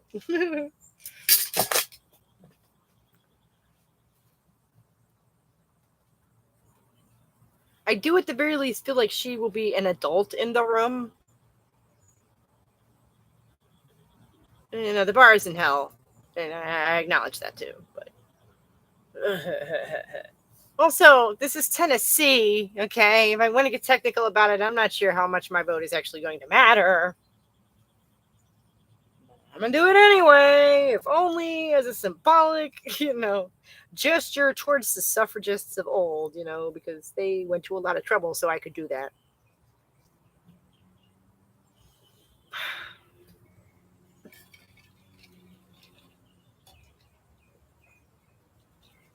So even if it's just symbolic, I'm gonna do it anyway.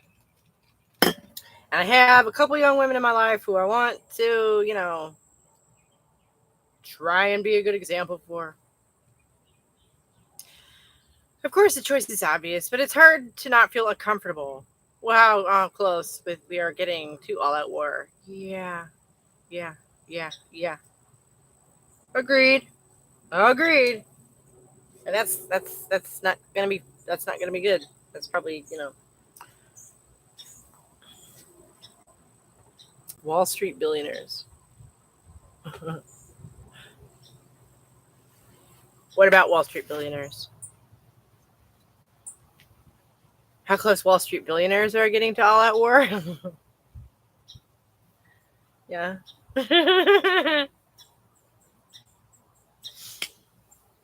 All right, guys. We got 10 minutes, and I gotta get off here when the time comes because it's hot. Even with my lovely new shade, it's still very hot.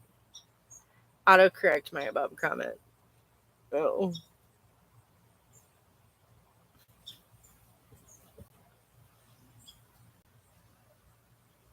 Did autocorrect get you?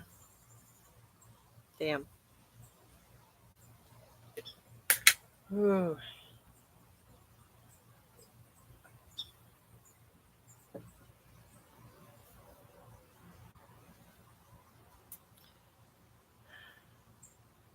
Oh, gosh. Ah, it is so hot. Ugh. Looking forward to autumn. Oh my god. I almost said I'm looking forward to summer. Ha ha ha ha. It is a beautiful day, but it is hot. So hot. Cannot see my comment. Wouldn't be the first time YouTube shadowed me. Oh. Yeah. I don't see anything after What a Clown Show.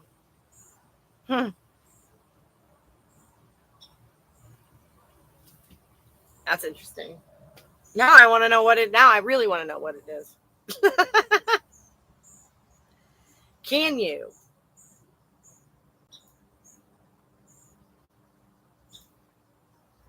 No. That's what I'm saying. I don't. Really? What the fuck, YouTube? Yeah, right.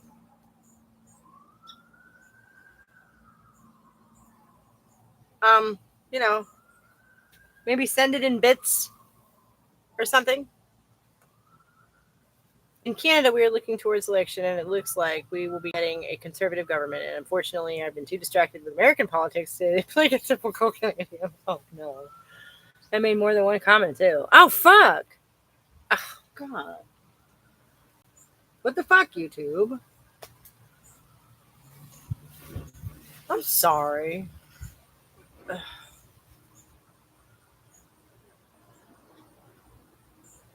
Mm. Yeah, I don't know. I feel like American politics is the worldwide sideshow, right?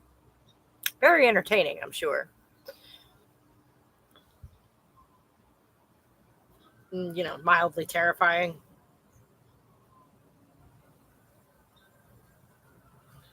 I've been wondering why you kept skipping my comments. No, I'm not.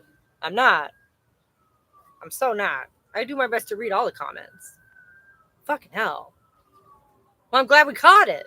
Shit.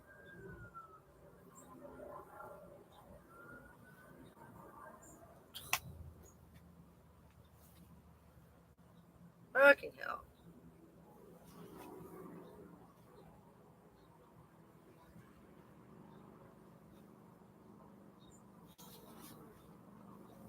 I'm sorry.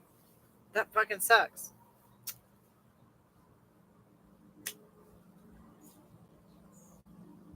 I don't really know what to do. Like I say, if you want to resend them, like maybe in bits or something. If you still have them, you said you can't see them. I don't know. God. And to make you retype all that, I'm sorry. Oh my god.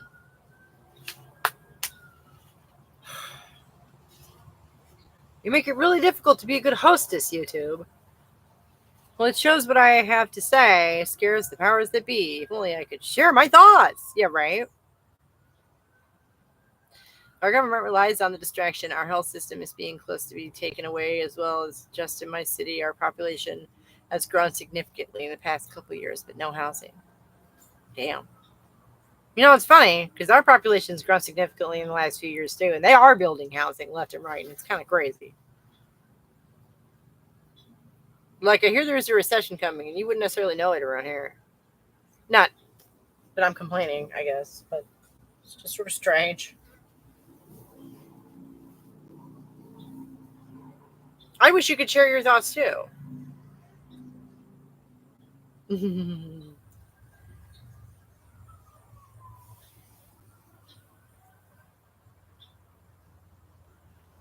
The Canadian healthcare is about getting ready to be taken away, is what you're saying? What the fuck is up with that? The only housing being built is for rich foreign buyers. Ugh. I mean, I'll say that for the locals here. They're building apartment complexes and shit. They are. As well as, subdivisions. But it's not just the rich people who are getting housing. They don't seem to give a fuck around here. As long as you have money, they'll take it from you. Healthcare has been going to shit for a long time now. I've heard the same thing about the UK, right? And it makes me think of that old conservative trick of where they just pick something apart until it breaks and then say, ha, it's broken. We should get rid of it. We told you so. We told you that thing didn't work. Get rid of it. Yeah, they've been eroding slowly over the past couple years, but it's getting bad. Ooh.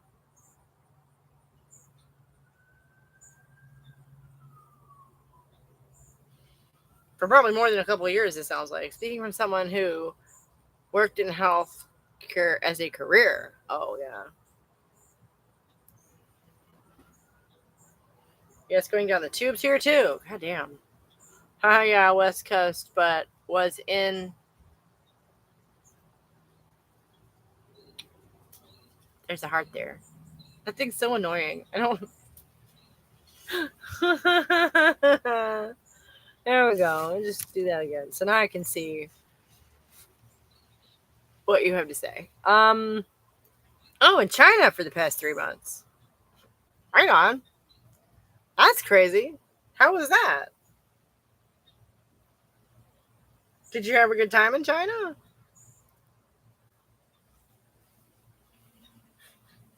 I ask as it's 2 minutes to time. I'm sorry, you guys. I do though. I need to go in and have me an apple and cool off a little bit and get out of the sun. I don't get that sentence.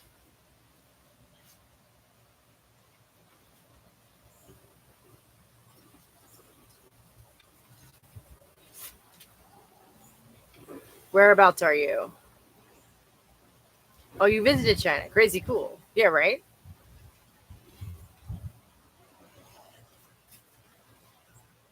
West Coast, Canada. Does that mean you guys are both on the West Coast? I think we've had this conversation before, right? And I was confused about exactly what part of Canada was on the West Coast because I've never been there. Sorry. Sorry. This has been a great chat, y'all. Hope you have a great week. Here, you too, hun. Enjoy your relaxation. You've earned it. And I hope I'll see you next week. Ooh, next week. Next week I have a very fun, a deeper topic. A little more speculative, a little more, holy cow, look at this, and the implications of, yikes. We neighbors. Bye, Belle. Yeah, bye. Have a good one, hun.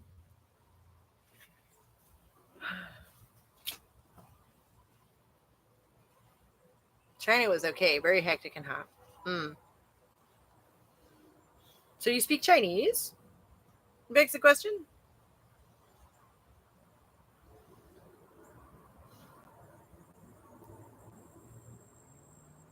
No. Well, I had to ask, right?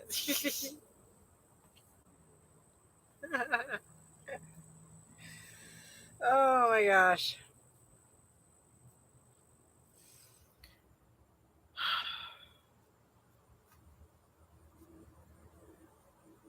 Well, listen, Kitty Cat, Claire, you guys. Whereabouts in China? Kind of big country. Oh, a question. Yeah, no, we're gonna wait around for the answer, and then I gotta go. Y'all. I'm melting over here. Oh, it's gonna be a nice autumn though with this thing. I have high hopes.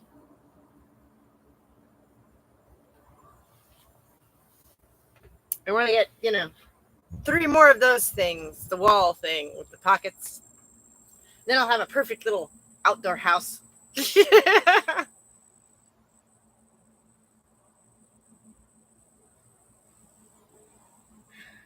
Oh, but people there are nice mostly. Well, that's good.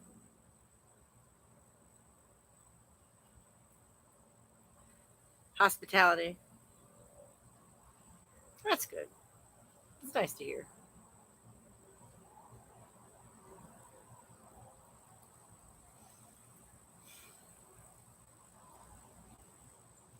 Come on, Claire.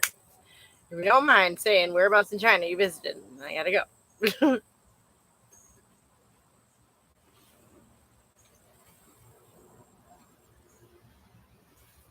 Hong Kong, but did some day trips to a few places. Oh, okay, cool. Ooh, I hear lots of wild things about Hong Kong. I guess a lot of people speak English there, though. So we're in China. I need to know. I mean, Hong Kong, which explains the not knowing Chinese because I guess a lot of people there speak English, right? Because it was an English, not colony. There was another word for it, protectorate or some shit like that of the British for like 100 years.